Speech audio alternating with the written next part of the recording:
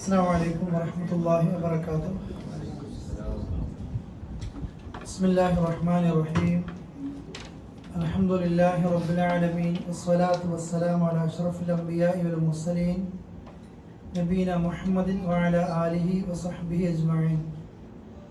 اللهم علمنا ما ينفعنا وانفعنا بما علمتنا اللهم زدنا علما. സൂറത്തുൽ ലുഖ്മാൻ 12ാമത്തെ ആയത്ത് മുതലാണ് എടുക്കുന്നത്. പരിഭാഷയിൽ 37-35 പേജ്. أعوذ بالله من الشيطان الرجيم. بسم الله الرحمن الرحيم. ولقد آتينا لقمان الحكمة أن اشكر لله ومن يشكر فإنما يشكر لنفسه ومن كفر فإن الله غني حميد. وإذ قال لقمان لابنه وهو يعظه يا بني لا تشرك بالله إن الشرك لظلم عظيم.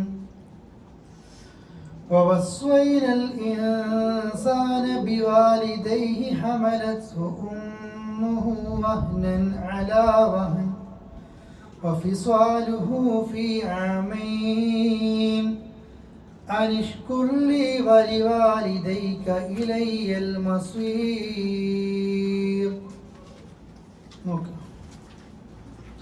أعوذ بسم الله.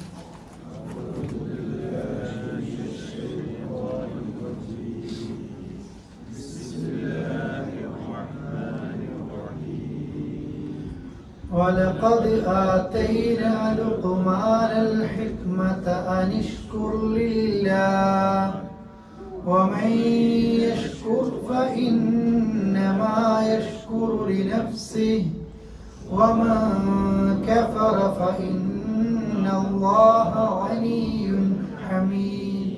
غني حميد ظهرنا أتنوك. ലുഖ്മാൻ സൂറത്തിലെ ഏറ്റവും പ്രധാനപ്പെട്ട ഭാഗമാണ് ഈ ഒരു പേജ്. ഖുർആനിൽ ലുഖ്മാൻ ഇതുവരെ ഓതിയതൊക്കെ ഒറ്റ പേജിലായിരിക്കും. ഈ എടുക്കുന്ന ആയത്ത് ഖുർആനിൽ നിങ്ങൾക്ക് ലെഫ്റ്റ് സൈഡിലത്തെ പേജിൽ ഇങ്ങനെ കാണാം.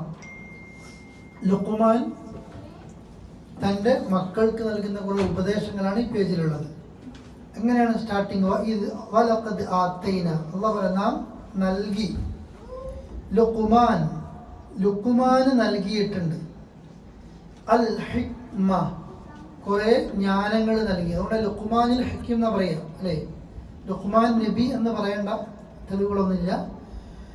അള്ളാഹു ലുഖ്മാന് നൽകിയിട്ടുണ്ട്, കുറെ ഹിക്മത്ത് നൽകി. എന്ന് പറയണം അനുഷ്കുർ ലില്ലാഹ്, അള്ളാഹുവിന് താങ്കൾ നന്ദി കാണിക്കണം. വമൻ യഷ്കുർ, ആരെങ്കിലും നന്ദി കാണിക്കുകയാണ് അഥവാ പഠിച്ചവനോട് ആരെങ്കിലും നന്ദി കാണിക്കുകയാണെങ്കിൽ ഫഇന്നമാ യഷ്കുറു, അവൻ നന്ദി കാണിക്കുന്നത് ലിനഫ്സി, അവനോട് തന്നെയാണ്. അല്ലാണ്ട് നമ്മളിപ്പോൾ അള്ളാഹിനോട് നന്ദി കാണിച്ചിട്ട് അള്ളാഹ് പ്രത്യേകിച്ച് കിട്ടാനൊന്നുമില്ല. ലുഖ്മാൻ അല്ലേ, പിന്നെ അള്ളാഹ് ഒരു പ്രവാചകനാണോ അല്ലെന്നൊക്കെ ചർച്ചകളൊക്കെ നടക്കുന്നുണ്ടെങ്കിലും ലുഖ്മാനുൽ ഹക്കീം എന്ന് പറയുന്ന ഒരു പ്രധാനപ്പെട്ട നല്ലൊരു വ്യക്തി, ഒരു സത്യസന്ധനായ സ്വാലിഹായ ഒരു വ്യക്തിയായിരുന്നു. അദ്ദേഹത്തിനുള്ള പലതും കൊടുത്തിട്ട് അള്ളാഹു അദ്ദേഹത്തോട് പറയും, നീ എന്ത് ചെയ്യണം? നന്ദി കാണിക്കണം. പഠിച്ചവൻ എല്ലാവരോടും ഇതാ പറഞ്ഞത്. നിങ്ങൾക്കെല്ലാം ആകാശത്ത് മഴയെ തന്നു, ഭൂമിയിൽ നിന്ന് ചെടിയെ തന്നു, ശരീരം തന്നു, ഒക്കെ തന്നു. പകരം പഠിച്ചോണ്ട് നിങ്ങൾ എന്താ കാണിക്കേണ്ടത്? നന്ദി കാണിക്കും, ശുക്ർ കാണിക്കും. നന്ദി കാണിച്ചാൽ ഞാൻ അള്ളാഹിനോട് വലിയ നന്ദി കാണിച്ചില്ലേ, ഞാൻ നിസ്കരിച്ചില്ലേ, നോമ്പെടുത്തില്ലേ, ഹജ്ജ് ചെയ്തില്ലേ, സക്കാത്ത് കൊടുത്തില്ലേ, എടോ നീ അതിങ്ങനെ എടുത്ത് പറയണ്ട. നീ എന്തെങ്കിലും ചെയ്തിട്ടുണ്ടെങ്കിൽ ഫഇന്നമാ യഷ്കുറു ലിനഫ്സി, നീ ആർക്ക് വേണ്ടി ചെയ്തു? നിനക്ക് വേണ്ടി ചെയ്തു അല്ലേ. നമ്മൾക്ക് പഠിച്ചോൻ അതിനൊരു ഭാഗ്യം തന്നു. നബിയെ യമുന്നൂന അലൈക്, അവർ നിങ്ങളോട് വലുതായി എടുത്തു പറയുന്നുണ്ട്, ഞങ്ങളൊക്കെ മുസ്ലിങ്ങളായി എന്ന് മദീനത്തുകാർ. എന്നാൽ ഒരു മനസ്സിലായിക്കോട്ടെ, ഒരാൾ ഇസ്ലാമിലേക്ക് വന്നതോ, ഒരാൾക്ക് ഹിദായത്ത് കിട്ടിയതോ, ഒരാൾ നന്നായതോ അവർ അള്ളാഹിനോട് കാണിച്ച വലിയ ഔദാര്യമൊന്നല്ല, അള്ളാഹ് ഇവരോട് എന്ത് ചെയ്തിട്ടുണ്ട്? കാണിച്ചതാണ്. നമ്മളിപ്പോൾ എല്ലാവരും ഖുർആൻ ക്ലാസ്സിന് വന്നു. ഞങ്ങൾക്ക് സംഘടനയോട് ഇപ്പം കാര്യപ്പെട്ട ആൾക്കാരാണ്, ഞങ്ങൾ വരുമ്പോൾ തന്നെ സ്വീകരിക്കണം, ഞങ്ങൾ ഖുർആനൊക്കെ വന്നില്ലേ? അല്ല, ഈ സമയം തെറ്റിൽ നിന്ന് പഠിച്ചോ നമ്മൾ എന്ത് ചെയ്തിട്ടുണ്ട്, മാറ്റി രക്ഷപ്പെടുത്തിയിട്ടുണ്ട്. അപ്പൊ അള്ളാഹുവിനോട് നമ്മൾ ഇതിൽ കൂടെ നന്ദി കാണിക്കാൻ വേണ്ടത്. ഈ ആയത്തിൽ പറയുന്നു, ഒരാൾ നന്ദി കാണിച്ചാൽ അവൻ അള്ളാഹിനോട് അവന് തന്നെ നന്ദി കാണിച്ചത്. എന്നാൽ ചുമ്മാ അവനിക്ക് നന്ദി കാണിച്ചതുകൊണ്ട് പഠിച്ചവനെ വെറുതെ ആക്കൂല. ആരെങ്കിലും അള്ളാഹുവോട് നന്ദി കാണിച്ചാൽ വലഇൻ ശകർതും ലഅസീദന്നകും, നിങ്ങൾ അള്ളാഹിനോട് എത്ര നന്ദി കാണിച്ചാലും പഠിച്ചോ പിന്നെയും നിങ്ങൾക്ക് തരും. നമുക്ക് കിട്ടിയതിന് അള്ളാഹിനോട് നന്ദി കാണിക്കുകയാണെങ്കിൽ അള്ളാഹ്ക്ക് പിന്നെയും തരാൻ തോന്നും. നമ്മൾ നാട്ടിൽ പോകുമ്പോൾ ഇങ്ങനെ കൊടുക്കും, സാധാരണ കൊടുത്തിട്ട് ഒരു കൊടുത്താൽ നമ്മളെ മുമ്പ് തന്നെ അതങ്ങ് മാറ്റി ചോമ്പ് വേറെ ഇറച്ചി പോകണമെങ്കിൽ അടുത്ത പോക്ക് നോട്ടി അടച്ചു സാധനം എനിക്ക് കൊടുക്കൂല അല്ലേ. നേരത്തെ നമുക്ക് കൊടുക്കാൻ ഇഷ്ടം ഉണ്ടാവായിരിക്കും. നമ്മളോടിങ്ങനെ ഒരു കൊടുത്താൽ അറിവ് കാണിക്കുന്ന മനുഷ്യരില്ലേ, അത് നന്ദി കാണിച്ചാലും അള്ളാഹ് പിന്നെയും തന്നുകൊണ്ടേയിരിക്കും. ചില ആൾക്കാർ നന്ദി കാണിച്ചാൽ വീണോന്നല്ല, അള്ളാഹു നമുക്ക് തരും. നമ്മുടെ സമ്പത്താണെങ്കിൽ സക്കാത്ത്, സ്വതക്ക അല്ലേ, അത് ഫുൾ ഉണ്ടായിട്ട് മാത്രമൊന്നല്ല, എന്ന് ചോദിച്ചാലും പുര ഉണ്ടാക്കുന്ന പുര കൂടെ ഉണ്ട് ചോദിച്ചാൽ ഒരു കൂട്ടിക്കൂടുതൽ പുര ഉണ്ടാക്കി, പിന്നെ 6 കൊല്ലം പുര ഉണ്ടാക്കിയതിൻ്റെ ആയിരിക്കും അവന് പുര ഉണ്ടാക്കുക. ഒരു സമയത്ത് അല്ലേ എന്താ വിശേഷം എന്ന് ചോദിച്ചാൽ പോലും കടം ചോദിക്കുമെന്ന് പഠിച്ചിട്ട് അൽഹംദുലില്ലാഹ് അറിയൂല. ഇങ്ങനെ കുടുങ്ങിപ്പോന്ന് ഒരു നന്ദി വാക്ക് നാവുകൊണ്ട് പറയാത്ത ആൾക്കാരുണ്ടാവും. എപ്പോൾ ചോദിച്ചു കഴിഞ്ഞാലും ഒരു നല്ല സന്തോഷം മുഖത്തിൽ ഉണ്ടാകൂല. അങ്ങനെയല്ല, നന്ദി കാണിക്ക്, പഠിച്ചോ പിന്നെ തരും. അള്ളാഹ് നിനക്ക് എന്തെങ്കിലും തന്നിട്ടുണ്ടോ അതിന്റെ അടയാളങ്ങൾ കാണിക്കുന്നതിന് ശരീരത്തിലും സംസാരത്തിലൊക്കെ അല്ലേ. ഇത് ഇല്ലാന്ന് ചില ആൾക്കാർ നെഗറ്റീവ് മാത്രം പറയുകയാണെങ്കിൽ ലൈഫ് മൊത്തം ഓനിക്ക് തന്നെ ആസ്വദിക്കാൻ തോന്നൂല അല്ലേ. നല്ല ഭക്ഷണം കഴിക്കുന്നതായിരിക്കും ഹോട്ടലിൽ, ഏതോ ഒരു സാധനം പരിചയം എടുത്ത് വന്നിട്ടുണ്ടാവും, പിന്നെ നല്ല ടേസ്റ്റ് പോൻ്റെ വില്ലും കൂടി ഞാൻ കൊടുക്കേണ്ടി വരുമോ, ഇതിങ്ങനെ ആലോചിച്ചിട്ട് ഇതിൻ്റെ ടേസ്റ്റ് പോകുന്ന ആൾക്കാരുണ്ട്. പല കോലത്തിലെ മനുഷ്യന്മാരുണ്ടാക്കുക. അള്ളാഹു നമ്മൾ പറയണത് ഇത് നന്ദി കാണിക്കുക, നമ്മളെല്ലാവരും പഠിക്കേണ്ടതാണ്. ഒരുത്തൻ നന്ദി കാണിക്കുന്നത് അത് അവന് തന്നെയാണ്. ഇനി നീ നന്ദി കേട് കാണിക്കുകയാണെന്ന് നോക്കിക്കോ. വമൻ കഫർ, ഒരുത്തൻ നിഷേധം കാണിക്കുക, നന്ദി കേട് കാണിക്കുകയാണ്. ഫഇന്നല്ലാഹ, തീർച്ചയായും അല്ലാഹു തആല ഗനിയ്യുൻ, അല്ലാഹ് ധന്യനാണ്, ഹമീദ്, സ്തുതിക്കർഹനാണ്. നിങ്ങൾ പഠിച്ചവരോട് നന്ദി കാണിച്ചിട്ടില്ലെങ്കിൽ, നിസ്കരിച്ചില്ലെങ്കിൽ, നോമ്പോ സൽക്കർമ്മങ്ങളോ നിങ്ങൾ ചെയ്തില്ലെങ്കിൽ പഠിച്ചവർക്ക് ഒരു ചുക്കും സംഭവിക്കാൻ പോകുന്നില്ല. നമ്മൾ മനസ്സിലാക്കണം. എപ്പോഴും നമ്മൾ അള്ളാഹിനോട് എന്തോ ഔദാര്യം കാണിക്കുന്നത് പോലെ ഒരിക്കലും ചെയ്യരുത് കേട്ടോ. ഇസ്ലാമിലെ നിർബന്ധ കാര്യങ്ങൾ, പ്രത്യേകിച്ച് നമ്മൾ സാമ്പത്തികം വരുമ്പോൾ പറയല്ലേ, സക്കാത്തൊക്കെ നൽകുമ്പോൾ എന്തോ ഒരു വലിയൊരു ഒന്നുമല്ല, അള്ളാഹ് നിന്നെ ഏൽപ്പിച്ചതിൽ നിന്ന് കുറച്ച് നീ കൊടുത്തു എന്ന് മാത്രമേ ഉള്ളൂ. അത്ര എടുത്തു പറയാനൊന്നുമില്ല. നീ ദാനം കൊടുത്തോ, നീ കൊടുത്തില്ലെങ്കിലും ആ കാര്യം പഠിച്ചോ നടത്തിയിരിക്കും. നിനക്കുള്ള അവസരം തന്നതേ ഉള്ളൂ. ഒരു നല്ലതിന് അവസരം കിട്ടിയിട്ട് അല്ലേ, നിസ്കാരം, നോമ്പ്, സക്കാത്ത്, ഹജ്ജ്, പിന്നെ സൽ സ്വഭാവങ്ങൾ, പെരുമാറ്റങ്ങൾ, ഇടപാടുകൾ, അള്ളാഹ് നിന്റെ മുമ്പിൽ ഒരുപാട് നന്ദി കാണിക്കാൻ അവസരം തരും. നമ്മുടെ നാവ് കൊണ്ട് കാണിക്കാനുള്ള നന്ദി, ശരീരം കൊണ്ട് കാണിക്കാനുള്ളത്, കർമ്മങ്ങളെ കൊണ്ട് കാണിക്കാനുള്ളത്, ഇത് അല്ലാഹു തആല ലുഖ്മാൻ നൽകിയിട്ട് പറയാണ് അല്ലേ. അഥവാ അതിൽ ഏറ്റവും പ്രധാനപ്പെട്ടത് നന്ദി കാണിക്കാൻ. അള്ളാഹു നമ്മളെപ്പോഴും മനസ്സിലാക്കുക, അള്ളാഹുവോട് നന്ദി കാണിക്കാത്ത ഒരാൾക്ക് ജനങ്ങളോട് നന്ദി കാണിക്കാൻ കഴിയൂല. അതുകൊണ്ട് നമ്മളൊരാൾ സഹായിച്ചാൽ നമ്മളെന്താ തിരിച്ചു പറയാം? പൈസ എന്നുള്ളതല്ല, എന്ത് നന്മ ചെയ്താൽ എന്താ പറയാ? ജസാക്കല്ലാ. നമ്മൾ താങ്ക് യു എന്നല്ല, താങ്ക് യു പറഞ്ഞോ അത് വേറെ വിഷയം. അള്ളാഹു നിനക്ക് പ്രതിഫലം നൽകട്ടെ. ഒരാൾ നമ്മൾക്കൊരു ഹൈർ തന്നാൽ നമ്മളെ ദുആ, ഞാൻ ലോകത്ത് എന്ത് തന്നാലും പകരാകൂല, നിനക്ക് ആകാശ ലോകത്തിന്റെ ഉടമ അള്ളാഹു എന്ത് ചെയ്യട്ടെ, നന്മ ചെയ്യട്ടെ. അതിലും വലിയ വേറെ നന്ദി വാചകം എന്താണത്? അപ്പൊ നമ്മൾ നന്ദിയുള്ളവരാകണം, അള്ളാഹുവോട് നന്ദി കാണിക്കണം. ഇനിയാണ് ലുഖ്മാൻ തന്റെ മോനെ വിളിച്ചിട്ട് ഒരു ഉപ്പ എന്ന നിലക്ക് നമ്മൾ ഓരോരുത്തരും പഠിക്കേണ്ട ഭാഗം ഓദിക്കും. وَإِذْ قَالَ لُقْمَانُ لِابْنِهِ وَهُوَ يَعِظُهُ يَا بُنَيَّ لَا تُشْرِكْ بِاللَّهِ إِنَّ الشِّرْكَ لَظُلْمٌ عَظِيمٌ. وَإِذْ قَالَ لُقْمَانُ, ലുഖ്മാൻ പറഞ്ഞ സന്ദർഭം, ലുഖ്മാൻ നബി അല്ല, ലുഖ്മാൻ എന്ന ഒരു നല്ലൊരു പിതാവ് പറഞ്ഞ സന്ദർഭം. ലിബ്നി, ആരോട്? തൻ്റെ മോനോട്. വഹുവ യഅ്ളുഹു, ആ മോനെ ഉപദേശിക്കുമ്പോൾ, യാ ബുനയ്യ, മോനെ വിളിച്ചത് എന്താണ്? എൻ്റെ കുഞ്ഞു മോനെ, കുരുത്തം കെട്ടോനെ എന്നല്ല വിളിച്ചത് അല്ലേ? മോനെ വിളിക്കുന്നതാണ് ഒരു ഉപദേശം കൊടുക്കുമ്പോൾ. ഈ ആയത്തിൽ ഇതുവരെ ലുക്മാൻ തൻ്റെ മോനെ ഉപദേശിക്കുമ്പോൾ വിളിച്ചു എന്നാണ്. അതുകൊണ്ടാണ് പണ്ഡിതന്മാർ പറഞ്ഞത്, നമ്മൾ പല ക്ലാസ്സൊക്കെ കേൾക്കും, ഭക്ഷണം കഴിക്കുമ്പോൾ ഉപദേശിക്കുക, അങ്ങനെ ഉപദേശിക്കുക എന്നൊക്കെ പറയും. പക്ഷെ ലുക്മാൻ സ്പെഷ്യലായിട്ട് തന്നെ വിളിച്ചു, മക്കളെല്ലാം ഒന്ന് അടുത്ത് വിളിച്ചിട്ട്. ഇപ്പം യാക്കൂബ് നബി, ഇബ്രാഹിം നബിയൊക്കെ മക്കളൊക്കെ അടുത്ത് വിളിച്ചിട്ട്, മക്കളെ ബാപ്പ മരിച്ചത് നിങ്ങൾ ആരെ ആരാധിക്കുക ചോദിക്കുന്ന രംഗങ്ങളില്ലേ?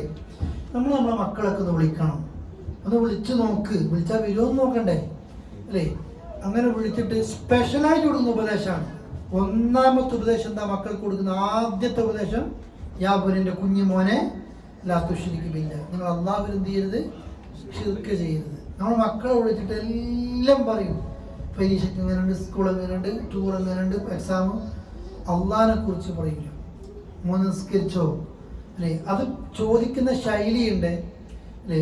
ഉസ്മാൻ മോനെ വിളിച്ചതിന് എൻ്റെ ബുനയ്യ, എൻ്റെ കുഞ്ഞു മോനെ. നമ്മൾ മലയാളത്തിൻ്റെ അർത്ഥാറ്റൊന്നല്ല. അപ്പോൾ ഫാത്തിമ ബീവിനെ റസൂൽ എന്താ വിളിച്ചത്? ചിത്തിഴത്തു കബലിയുടെ കരളിൻ്റെ കഷ്ണമേ എന്നാണ് വിളിച്ചത് അല്ലേ? അപ്പം മക്കളെ വിളിക്കുമ്പോൾ നല്ല മോനെ മോനെ വിളിക്കും. ഒരുത്തൻ പറഞ്ഞിരുന്നു, എൻ്റെ പാപ്പ എന്നെ മോനെ മോളെ എന്നൊക്കെയാണ് വിളിക്കുക, പക്ഷെ മുമ്പിൽ വേറെ ജീവിയുടെ പേരുണ്ടാവുന്നേ ഉള്ളൂ അല്ലേ? ഇങ്ങനെ വിളിക്കുന്ന ആൾക്കാരുണ്ട്. സ്വന്തം മക്കളാ അല്ലേ? മക്കൾ വിളിച്ചിട്ട് വരണം. പാവങ്ങളാ മക്കൾ. അത്ര വെറുപ്പുണ്ടെങ്കിൽ ഈ മുമ്പ് സമയം ഉണ്ടായിരുന്നു, മദ്രസ സ്കൂളിൽ നിന്നൊക്കെ തല്ലി കിട്ടുന്ന സമയം, മദ്രസ ഉസ്താദ് തല്ലിന്ന് വീട്ടിൽ പോയി പറഞ്ഞ് രണ്ടെണ്ണം പാപ്പാനെ കിട്ടുന്ന സമയം ഉണ്ടായിരുന്നു. ഇന്ന് ആ സമയമൊക്കെ കഴിഞ്ഞു. ഇന്ന് മക്കളെ തല്ലിയാലും തിരിച്ച് അവർ നോട്ടം കണ്ടാൽ മതിയായിരിക്കും അല്ലേ? എല്ലാവരും ആ ഫ്രണ്ട്ലി രീതിയിലേക്ക് ആയിട്ടുണ്ട്. പറയാനും നല്ല സുഖമാണ്. നമ്മളെല്ലാം നെഗറ്റീവ് മാത്രം എടുക്കുന്നതിനപ്പുറത്തേക്ക് മക്കളെ അടുത്ത് വിളിച്ചിട്ട് അവർ ചെയ്ത നന്മ മോനിക്ക് തിരിയട്ടെ, ബാപ്പ മോനെ പോലെ നന്മയിലെ കണ്ടിട്ടുണ്ട് എന്നുള്ളത് അല്ലേ? അപ്പോൾ ആ നിലയിൽ മക്കൾ ഉറങ്ങുമ്പോൾ ഒന്ന് ശ്രദ്ധിച്ചു നോക്കിയേ. നമ്മൾ ആ ഉറങ്ങാൻ കിടക്കുമ്പോൾ ഒന്ന് പോയി നോക്കുക, അല്ലെ ഉറങ്ങി എണീറ്റുമ്പോൾ ഒന്ന് പോയി നോക്കുക. കുറ്റങ്ങളും കുറവുകളൊക്കെ ഉണ്ടാവും. നമ്മളിങ്ങനെ മാർക്ക് കുറഞ്ഞത് തല്ലുക, വേറെന്ന് ചെയ്ത് തല്ലുക. അപ്പോഴും നമ്മൾ സ്വന്തം കണ്ണാടിയിൽ എങ്ങനെ നോക്കിയാൽ മതി, ഓൻ്റെ അതേ പ്രായത്തിൽ നമ്മൾ എങ്ങനെയായിരുന്നു എന്നുള്ളത് അല്ലേ? നമ്മളെ കണ്ട് എത്രയോ മെച്ചം ഓൻ തന്നെ ആയിരിക്കും ഉണ്ടാകുക. ആ രീതിയിൽ മക്കളെ വിളിച്ചിട്ട് എപ്പോഴും നമ്മൾ പറയേണ്ടത് അള്ളാഹുവിൽ പങ്കു ചേർത്ത് ഷിർക്ക് പറഞ്ഞു കൊടുക്കണം കേട്ടോ മക്കൾക്ക്. ഇപ്പോഴത്തെ മക്കൾക്ക് ഇത് അറിഞ്ഞൂടാ. കാരണം പിന്നെ മദ്രസ ആഴ്ച ഒരു ദിവസം നാട്ടിലുള്ളൂ, പിന്നെ ഇവിടെ ഉള്ളൂ അല്ലേ? പറയാൻ കിട്ടണില്ല. ഷിർക്ക് എന്നുള്ളതല്ല, ദീനിനെ പറ്റി പറയണം, അള്ളാഹിനെ പറ്റി പറഞ്ഞു കൊടുക്കണം. മക്കളെല്ലാം പഠിച്ചിട്ടുണ്ട് അല്ലേ? അള്ളാഹുവോട് മാത്രം ദുആ ചെയ്യണമെന്നും അള്ളാഹുവോട് പ്രാർത്ഥിക്കണമെന്നും തവക്കുൽ ഉണ്ടാകണമെന്നും. ഇപ്പോഴത്തെ ഇത് ഇല്ലാത്തതുകൊണ്ടാണ് അല്ലേ? പരീക്ഷ എഴുതിയ പിറ്റേന്നാ തൂങ്ങി മരിക്കുന്നത്. റിസൾട്ട് വന്നിട്ട് മരിച്ചാൽ പോരെ, അതിന് കാത്തിക്കാൻ നേരമില്ല. അത്ര വരെ മക്കൾക്ക് ഒരു തവക്കുലില്ല, സഹിക്കുന്ന കഴിവുകളില്ല. നമ്മൾ തന്നെ ഇല്ലാതാക്കിയത്. മക്കളെ പഠിപ്പിക്കൂല, മക്കൾ ധൈര്യം കൊടുക്കൂല അല്ലേ? നീന്താൻ പറ്റൂല, ഓടാൻ പറ്റൂല, ചാടാൻ പറ്റൂല അല്ലേ? മക്കൾ അങ്ങനെ ആയിപ്പോയിട്ടുണ്ട്. അതാകരുത്. മറിച്ച് അള്ളാഹിനെ കുറിച്ച് പറഞ്ഞു കൊടുക്കുക. ലുക്മാൻ മോനോട് ആദ്യം പറഞ്ഞത് ലാ തുശ്രിക് ബില്ലാഹ്, നിങ്ങൾ എന്ത് ചെയ്യരുത്? അള്ളാഹുവിൽ പങ്കു ചേർക്കരുത്. ഇന്ന ഷിർക, തീർച്ചയായും ഷിർക്ക് എന്നുള്ളത് ലദുൽമുൻ, അത് അക്രമമാണ്. അദീം, വമ്പിച്ച അക്രമമാണ്. ഷിർക്കിനെ പറ്റി എപ്പോഴും പറഞ്ഞു കൊടുക്കണം. കല്യാണം കഴിഞ്ഞ മക്കളാണെങ്കിൽ പോലും പറഞ്ഞു കൊടുക്കണം അല്ലേ? ചില ആളുകളുണ്ട്, ഇവർ വലുതായില്ലേ, കോളേജിലൊക്കെ എത്തിയില്ലേ, ഇനി ഓലായി ഓല പാടായി. അങ്ങനെയല്ല. ഷിർക്കിന്റെ ഗൗരവം പറഞ്ഞു കൊടുക്കുക. ഏത് തെറ്റും ഒരുപക്ഷെ തൗബ ഇല്ലെങ്കിൽ തന്നെ അത് പുറത്തു കൊടുക്കൂലേ? ഏത് തെറ്റും തൗബ ചെയ്യാതെ തന്നെ, ചിലപ്പോൾ നമ്മൾ ചെയ്യുന്ന നല്ല നന്മകളെ കൊണ്ട് തെറ്റ് പുറത്തു തരൂലേ? എന്നാൽ ഷിർക്ക് എങ്ങനെയാ പഠിച്ചോ പൊറുക്കൂ? ഷിർക്ക് പൊറുക്കൂല എന്നല്ലേ ഖുർആൻ പറഞ്ഞത്? എന്നാ പൊറുക്കൂലേ ഷിർക്ക് പൊറുക്കുമല്ലോ. തൗബ ചെയ്ത് കഴിഞ്ഞാൽ അത് എന്ത് ചെയ്യും? പൊറുക്കും, ഷിർക്ക് പൊറുക്കും. അത് പറഞ്ഞു കൊടുക്കണം. അവൻ്റെ ഗൗരവം അള്ളാഹിനെ കൊണ്ട് മാത്രമേ. ഇപ്പോഴും എൻ്റെ മക്കളാണ് സത്യം എന്ന് പറയുന്ന ഉമ്മമാരുണ്ട് അല്ലേ? എൻ്റെ ഉപ്പയാണ് സത്യം, മക്കത്തെ പള്ളിയാണ് സത്യം അല്ലേ? ഇതൊക്കെ പറയും. സത്യം ചെയ്യണമെങ്കിൽ ആരോട് മാത്രം സത്യം ചെയ്യണം? അള്ളാഹിനെ കൊണ്ട് മാത്രം സത്യം ചെയ്യണം. ഏലസും ഉറുക്കും ഐക്കല്ലും കെട്ടി നടക്കുന്ന ആൾക്കാർ ഇതെന്നെ കാത്തു രക്ഷിക്കുമെന്ന് വിശ്വസിക്കുന്ന ആൾക്കാരുണ്ട്. ഈ സമയം മോശമാണ്, ആ സ്ഥലം മോശമാണ് എന്ന് വിശ്വസിക്കുന്ന ആൾക്കാരുണ്ട്. ശകുനം നോക്കുന്ന ആൾക്കാരുണ്ട്. തവക്കുൽ പലപ്പോഴും നഷ്ടപ്പെട്ടു പോകുന്നുണ്ട്. അതുകൊണ്ട് നമ്മൾ പഠിച്ചു വെച്ചോ, അള്ളാഹുവിൻ്റെ ഖുർആനിൽ ലുക്മാൻ ഒരു മോനെ വിളിച്ചിട്ട് പറഞ്ഞു കൊടുക്കണം. നമുക്ക് നമ്മുടെ ഭാര്യ, നമ്മുടെ മക്കൾ, നമ്മുടെ ഭർത്താവ് എല്ലാവരും ഒന്നിച്ചിരുന്നിട്ട് ചാടിക്കുമ്പോഴാകാം, യാത്രയിലാകാം, രാത്രി ഫുള്ള് എന്നുള്ളതല്ല. രാത്രിയിൽ 5 മിനിറ്റ് ഒരു 10 മിനിറ്റിന് വേണ്ടി യൂസ് ചെയ്യും. ഒരു നല്ലൊരു സമയം യൂസ് ചെയ്യും. മക്കളെ പഠിച്ചതിനെ പറ്റി പറഞ്ഞു കൊടുക്കുക. അഥവാ അള്ളാഹുവിൽ ഒന്നിനും എന്ത് ചെയ്യരുത്, പങ്കു ചേർക്കരുത്. കാരണം ശിർക്ക് എന്ന് പറയുന്നത് ഏറ്റവും വലിയ പാപമാണ്. ഒരു കാലത്തും പഠിച്ച സ്വർഗത്തിലേക്ക് കയറ്റൂല, കാലാകാലം നരകത്തിലായിരിക്കും. റസൂലുള്ളാഹി പറഞ്ഞു, നബിയെ താങ്കൾ ശിർക്ക് ചെയ്താൽ താങ്കളുടെയും എല്ലാ നന്മകളുടെയും പൊളിച്ചു കളയും. ഓക്കെ ആണല്ലോ. സ്വന്തം മക്കൾക്ക് പോലും തൗഹീദ് എപ്പോഴും പഠിപ്പിച്ചുകൊണ്ടിരിക്കണം.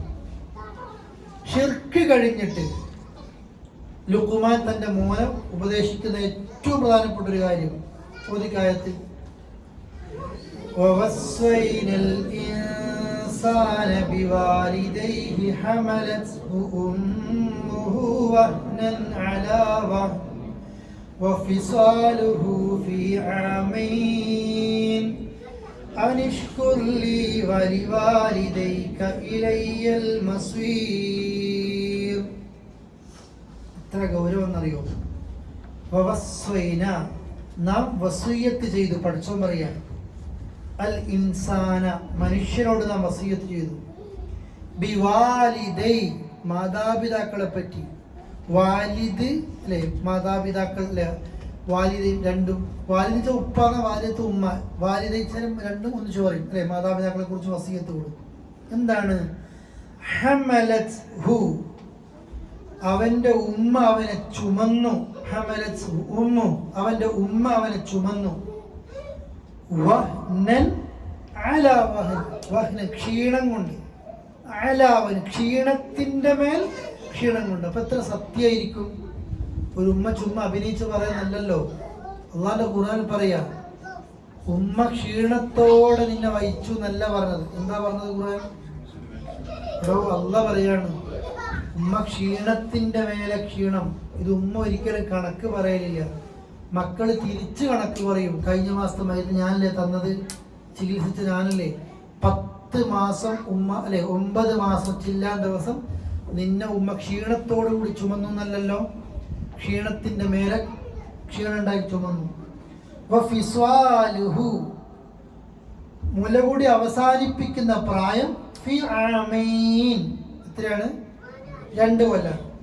ഒരു ഉമ്മ അനുഭവിക്കുന്ന പ്രയാസം, പ്രസവിക്കുന്നവരെ 9 മാസം, പ്രസവിക്കുന്ന സമയത്തുള്ള വേദന, പ്രസവിച്ച് കഴിഞ്ഞാൽ മുലകുടി പ്രായം. ഈ 3 സമയത്തും ഉമ്മാക്ക് അല്ലെ, ഉമ്മാക്ക് 1 കൊല്ലത്തോളം നിന്നെ ഗർഭം ചുമന്നുകൊണ്ട് എവിടെയും പോകാനായിട്ടില്ല. പ്രസവിച്ച് കിടന്നു, ഈ 2 കൊല്ലം നിന്നെ മുലകുടി പ്രായം വരെ ഉമ്മ ഉറങ്ങുമ്പോൾ നീ എണീക്കുക. എങ്ങനെയൊക്കെയോ നിന്നെ കളിപ്പിച്ച് നീ ഒന്ന് ഉറങ്ങിക്കഴിയുമ്പോൾ ഉമ്മക്ക് അടുത്ത ജോലി ഉണ്ടാകുക. ഉമ്മ തളർന്ന് കിടക്കുമ്പോൾ രാത്രി വീണ്ടും നീ എന്ത് ചെയ്യും? എഴുന്നേക്കുണ്ടാവും. 2 വർഷം ഇങ്ങനെയുണ്ടായി. അതുകൊണ്ട് അനിഷ്കുർലി, നീ എനിക്ക് നന്ദി കാണിക്കുക അല്ല പറയാ. പിന്നെയോ വാലിദി, നിന്റെ മാതാപിതാക്കൾക്ക് നന്ദി കാണിക്കും. ഇലയ്യ, നീ എൻ്റെ അടുത്തേക്കാണ് കേട്ടോ. അൽ മസീർ, തിരിച്ചു വരവ്. ശരിക്കും ഉമ്മയും ഉപ്പയും മക്കളും ഒന്നിച്ചിരുന്നത് കേട്ടിട്ട് ഈ ആയത്തെടുക്കണം അല്ലേ? സത്യമായിട്ടും ഇന്ന് നമുക്ക് ശരിക്കും മനസ്സിലാകാത്തതുകൊണ്ടാണ്. അള്ളാഹിനോടുള്ള കടമ കഴിഞ്ഞ് ഉടനെ പിന്നെ പറഞ്ഞാലുള്ള കടമയാണ് മാതാപിതാക്കൾ. നമ്മളിന് എത്ര വലിയ കമ്പനിയിലെ മുദീറാണെങ്കിലും, വലിയ മുതലാളിയാണെങ്കിലും, വലിയ മാനേജറാണെങ്കിലും, ഉമ്മാക്ക് നീ ഇപ്പം മോനാണ്. നമ്മളൊരു മാനേജർ ആകുമ്പോഴത്തേക്ക് ഉമ്മ ചുക്കി ചൊളിഞ്ഞിട്ടുണ്ടാവും അല്ലേ. പിന്നെ നമ്മൾ ഉമ്മാക്ക് ഒരു വണ്ടി, ഒരു ഡ്രൈവറും വെച്ച് ഒരു ബാത്റൂം അറ്റാച്ച്ഡ് റൂമും കൊടുത്താലല്ല ശരിയായി എന്നുണ്ടാവും അല്ലേ. നമ്മളെല്ലാം സമ്പാദിച്ച് മോനെ ഇനി ഉമ്മാക്ക് നിന്നെ ആവശ്യമുണ്ട്, നിങ്ങൾ വാ എന്ന് പറഞ്ഞാൽ പിന്നെ നമുക്കിവിടെ ഓപ്ഷൻ ഇല്ല കേട്ടോ. നമ്മളെവിടെയൊക്കെ പോകണം? നാട്ടിലേക്ക് പോകണം അല്ല. പറഞ്ഞ് മനസ്സിലാക്കണം, ഉമ്മ ചികിത്സക്ക് പൈസ ഒക്കെ വേണ്ടേ. തൽക്കാലം ഞാൻ അനിയനെ അങ്ങോട്ട് പറഞ്ഞേക്കുണ്ട് അല്ലേ. നമ്മൾ ശ്രദ്ധിക്കണം. നമ്മളൊക്കെ ഗൾഫിൽ ജീവിക്കുകയാണെങ്കിൽ നമ്മളെ വീട്ടിലത്തെ ഒരു മോനെങ്കിലും ചിലപ്പോൾ നാട്ടിലുണ്ട്, ഒരു അനിയൻ നാട്ടിലുണ്ടാവൂലേ. നമ്മൾ അവനെയും പരിഗണിക്കണം. ശരിക്കും നമ്മളും കൂടെ ഉമ്മാനെ നോക്കേണ്ടതാണ്. ആര് നോക്കുന്നത്? ഹോസ്പിറ്റലിൽ കൊണ്ടുപോകുന്നുണ്ട് കാര്യം കഴിഞ്ഞ് നമ്മൾ വെറും എടാ ബില്ല് എത്ര എന്ന് പറയും, ഗ്രൂപ്പിൽ ബില്ലിട് ഷെയർ ചെയ്യും. അതല്ല എൻ്റെ ശരി. ഓനിക്ക് ഭാര്യയുണ്ട്, ഓനിക്ക് മക്കളുണ്ട്, ഓനിക്ക് ചിലവുണ്ട്, ഓനിക്ക് ടൈമിട്ടുണ്ട്. നമ്മളിവിടെ നിൽക്കുന്നുണ്ട്. നമ്മളാ അനിയനെയും കൂടി പരിഗണിച്ചിട്ട് അവനോ അവൻ്റെ കുടുംബത്തിനോ തോന്നിപ്പോകരുത്. ഞാൻ നാട്ടിലായതുകൊണ്ട് എല്ലാവരും എന്ത് ചെയ്തിട്ടുണ്ട് എൻ്റെ മേലെ ചായത്. ഞാൻ പറഞ്ഞു മനസ്സിലാകുന്നില്ല നിങ്ങൾക്ക്? നമ്മൾ കണ്ടറിഞ്ഞ് കൊടുക്കണം. നമ്മൾ കണക്ക് ചോദിക്കും. നിങ്ങൾ നാട്ടിൽ മെഡിക്കൽ ഷോപ്പിൽ പോയി നോക്ക്, നാട്ടിൻപുറത്ത് കാണാം നമുക്ക്. ഈ നാട്ടിൻപുറത്ത് ഈ മരുന്ന് ഇങ്ങനെ കത്രികനെ കൊണ്ട് ഇങ്ങനെ വളച്ചാൽ മുറിക്കുക അല്ലേ? ഇവിടെ അങ്ങനെയല്ലല്ലോ നമ്മൾ കാണുന്നത്. ഒരു മാസത്തേക്ക് ഉമ്മാക്ക് മരുന്ന് കൊടുത്താൽ 10 ദിവസത്തേക്കാണ് വാങ്ങുക. എത്ര ഉണ്ട് ഇതിന് ആദ്യം ചോദിക്കും. ഇതൊക്കെ കൂടി എത്രയായും ചോദിക്കും. മക്കളില്ലാഞ്ഞിട്ടല്ല, മക്കൾ ഭയങ്കര പ്രശ്നം. നമ്മൾ വാശി പിടിക്കണം, നമ്മൾ സ്റ്റാറ്റസ് വെക്കും. സൗദിയിൽ ഉമ്മാനെ നോക്കാം, കോടതിയിൽ കയറി 2 മക്കൾ ഉമ്മാനെ വിട്ടു കിട്ടാഞ്ഞിട്ട് നമ്മൾ സ്റ്റാറ്റസ് വെക്കാൻ ഭയങ്കര ഉഷാറാണ്. പൊരേലോ ഇല്ല. പിന്നെ ഉമ്മാക്കൊരു ദിവസമുണ്ട്, ഉപ്പാക്കൊരു ദിവസമുണ്ട്. അന്ന് തോളിൽ കഴിഞ്ഞിട്ട് ഫോട്ടോ എപ്പോൾ റെഡിയാക്കി അവിടെ വെച്ചിട്ടുണ്ട് നാട്ടിൽ പോകുമ്പോൾ ഗാലറിയിൽ അല്ലേ? ആ ഫോട്ടോ വിടാൻ ഇതാർക്ക് വേണം? ഉമ്മ ഒന്നും അറിയുന്നില്ല. അബൂ ഹുറൈറയുടെ യാത്ര നോക്ക് നിങ്ങൾ. അബൂ ഹുറൈറ റളിയല്ലാഹു അൻഹു ഹദീസ് സ്വീകരിക്കാനൊക്കെ യാത്ര പോകുമ്പോൾ സ്വന്തം വീട്ടിൽ നിന്ന് തറവാട്ടിക്ക് പോകും, സലാം പറയും, ഉമ്മാക്ക് വേണ്ടി പ്രാർത്ഥിക്കും. എന്നിട്ടാണ് എന്ത് ചെയ്യുക? യാത്ര പോവുക. തിരിച്ചു വരുമ്പോൾ തറവാട്ടിൽ കയറും, സലാം പറഞ്ഞ് പ്രാർത്ഥിക്കും. എന്നിട്ടാ സ്വന്തം വീട്ടിൽ കയറുക. നമ്മൾ ഗൾഫിൽ നിന്ന് പോകുമ്പോഴോ തറവാട് കാണാതെ ഷോട്ടിരിക്കുക അല്ലേ? നീ എന്താ 2 കോലുകൂട്ടായി നീ ഇവിടെ വെക്കുന്നതിനോ? നമ്മളതാ ഉമ്മാനെ ഉപ്പാനെ പറ്റിക്കാൻ വേണ്ടിയിട്ട് നമ്മൾ ഭൂമി കാണുന്നതിൻ്റെ 10-15 കൊല്ലം ഭൂമി കണ്ടവരാ. അവർ കണ്ടിട്ടില്ല എന്ന് വിചാരിക്കണ്ട, വേണ്ടാന്ന് എഴുതിയിട്ട. നമ്മൾ മാതാപിതാക്കൾ മക്കൾക്കൊരു ഭാരാണ് എന്ന് അവർക്ക് തോന്നുന്ന രീതി നമ്മൾ പെരുമാറ്റം ഉണ്ടാകരുത് കേട്ടോ. നമ്മളെ സ്വന്തം ഭാര്യൻ്റെ കയ്യിൽ നിന്ന് മാതാപിതാക്കൾക്ക് ചെലവിൻ്റെ കാശ് കിട്ടേണ്ട ഒരു അവസ്ഥ, ഭാര്യ ചോദിക്കും നിങ്ങൾക്ക് എത്ര എന്ന പൈസ എന്ന് കേൾക്കേണ്ടി വരുന്നൊരു അവസ്ഥ ഒരിക്കലും ഉണ്ടാകരുത്. ഹസൻ ബസ്രി റഹ്മത്തുള്ളാഹി അലൈഹി ചോദിക്കുന്നുണ്ട്, ഒരു മനുഷ്യൻ, ആ മനുഷ്യൻ ഉമ്മാന്റെ ഉപ്പാന്റെ പൊരുത്തം കിട്ടി, അവനെ കുറിച്ച് എന്താ അഭിപ്രായം? അദ്ദേഹം പറയുന്നുണ്ട്, അയാൾ രക്ഷപ്പെട്ടു കഴിഞ്ഞു. ഉമ്മ ഉപ്പ നമ്മളെ കുറിച്ച് സന്തോഷാന്ന് പറഞ്ഞാൽ നമ്മൾ രക്ഷപ്പെട്ടു കഴിഞ്ഞു. ഒരു മനുഷ്യൻ എത്രയോ ഉഷാറായി ജീവിക്കുന്ന വ്യക്തിയാണ്, ഉമ്മാന്റെ ഉപ്പാന്റെ പൊരുത്തം ഇല്ല, അയാളെ കുറിച്ച് നിങ്ങളുടെ അഭിപ്രായം എന്താ? അയാൾ നശിച്ചു, ഭൂമിയിൽ അയാൾ ജീവിച്ചിട്ടൊരു കാര്യമില്ല അല്ലേ? ഏതിനും പഠിച്ചോ പരലോകത്തേക്ക് ശിക്ഷ മാറ്റി വെക്കും. ഉമ്മാനെ ഉപ്പാനെ ഒരു നോട്ടം കൊണ്ട് പോലും വേദനിപ്പിച്ചാൽ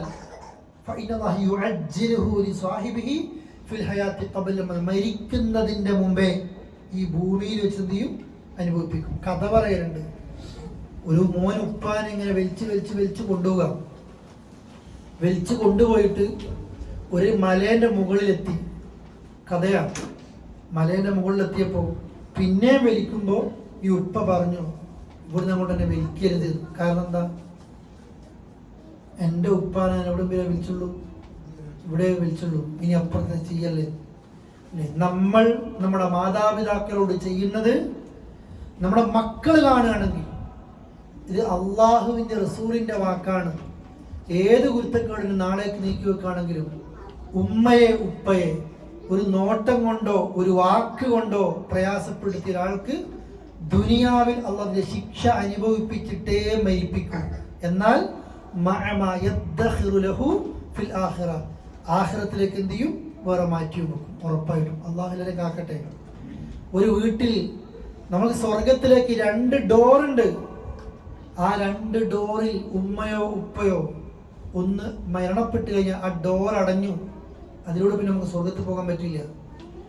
അള്ളാഹുവിന്റെ റസൂലിന്റെ തിരുനാവെന്ന് പറഞ്ഞു, മാതാപിതാക്കൾ ജീവിച്ചിരിപ്പുണ്ട് നമ്മുടെ വീട്ടിൽ.